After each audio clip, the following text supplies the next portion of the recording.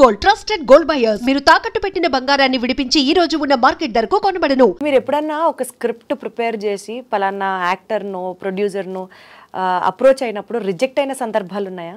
100 రాస్తే 99 రిజెక్ట్ అవుతాయి. అయినా సరే మీరు ఫీల్ అయ్యే టైప్ కాదు కాబట్టి నా నెక్స్ట్ క్వశ్చన్ రాదు. నేను కాదు, ఎవడు ఫీల్ అవడు. డాట్ గేమ్ అండి ఇది. ఎనీ టెక్నీషియన్స్ సినిమాలో, సినిమా ఇండస్ట్రీ కాదు, ఒక ఆర్కిటెక్ట్ బొమ్మలేస్తారు, పెద్ద పెద్ద బిల్డింగ్లు కట్టి వాళ్ళవి 1000 రాస్తే ఒకటి అవుతుంది. ఆర్కిటెక్ట్ 100,000 బొమ్మలు వేస్తే ఒకటి ఓకే అవుతుంది. ఎందుకంటే ల్యాండ్ ఓనర్ బాసు ఈ బొమ్మ కాదు నాకు మా ఆవిడ వద్దంటుందండి, మా ఫ్రెండ్ వద్దన్నాడండి కలరు, సరే ఇంకో బొమ్మ వేద్దాం అనుకుంటారు కదా. అసలు ఎవడన్నా రిజెక్షన్ని సీరియస్గా తీసుకున్నాడంటే వాడు సన్నాసి. రిజెక్షన్ని సీరియస్గా తీసుకుంటే సన్నాసులు. మీరు కరెక్ట్ చేసుకోండి ఎందుకు రిజెక్ట్ అయింది, మళ్ళీ ఇంకో అంతే తప్ప ఫీల్ అయిపోయి డిప్రెషన్కి వెళ్ళిపోయి రిజెక్షన్ సీరియస్గా తీసుకునేవాడు 10th ఫెయిల్ అయితే బిల్డింగ్ మీద దూకేవాడు ఒకడే. ఎంత సీరియస్గా తీసుకోకూడదు. మనది ఇంకోటి ఒపీనియన్, మన ఒపీనియన్ ఇంకోటి ఒప్పుకోవాలి, అది ఇగో. అది రిజెక్షన్ సీరియస్గా తీసుకున్నాడు ఈగోయిస్ట్.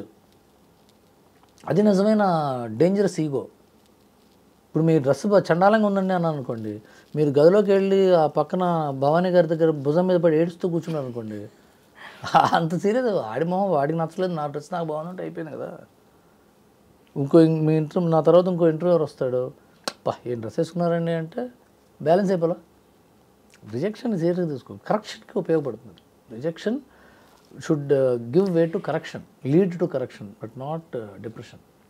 మీరు చాలా బుక్స్ చదువుతారని విన్నాను, కానీ చాలా సందర్భాల్లో మీరు చెప్పింది ఈ జీవిత సారాంశాన్ని ఇట్లాగా వడగట్టి మాట్లాడుతుంటే నాకు ఎలా అనిపిస్తుంది తెలుసా రవి గారు? అసలు ఆప్షన్ లేదండి, అదే కరెక్ట్. ఓకే, సో రిజెక్షన్ ని ఫేస్ చేయలేని వాడు చాలా గొప్పగా మీరు వాళ్ళని సమస్య అన్నా వర్డ్ గుర్తులేదు. డన్. సో ఏదైనా ఒక ఛాన్స్ ఇండస్ట్రీలో అర్రే నేను చేయాల్సింది ఇది మిస్ అయిపోయింది అని అనుకున్న సందర్భాలు ఉన్నాయా? అంటే ఎలా నాకు అర్థం కావట్లేదు. అంటే ఇది సినిమా ఇండస్ట్రీ కదా, ఇదేంటంటే రంగులు రావటం కాదు, నా బదులు కూడా ఎవడే ఎక్కాడే అనుకోవడానికి. ఇది అర్రే నేను చేస్తే బాగుండేదా, నేను బాహుబలి గురించి అనుకోవచ్చు, పోకిర్ గురించి. అలా కాదుగా, మీ దగ్గరికి వచ్చే అవకాశం when it was the first preference మీరు ఉన్నప్పుడు నేను ఇది చెయ్యను అని మీరు సెల్ఫ్ గా రిజెక్ట్ చేసి later on regretting that array నేను ఇది చేస్తుంటే బాగుండేది టైప్స్ లో. అసలు లైఫ్ లో రిగ్రెషన్ కి ఛాన్సే లేదు. అది ఆ డైలాగ్ కదా రావాలి. ఛాన్సే లేదు అసలు. అసలు నేను రాత్రి పడుకుని పొద్దున్న లేస్తే కొత్త లైఫ్ అదే. అది దాని గురించి ఎక్కువ ఆలోచించాల్సి.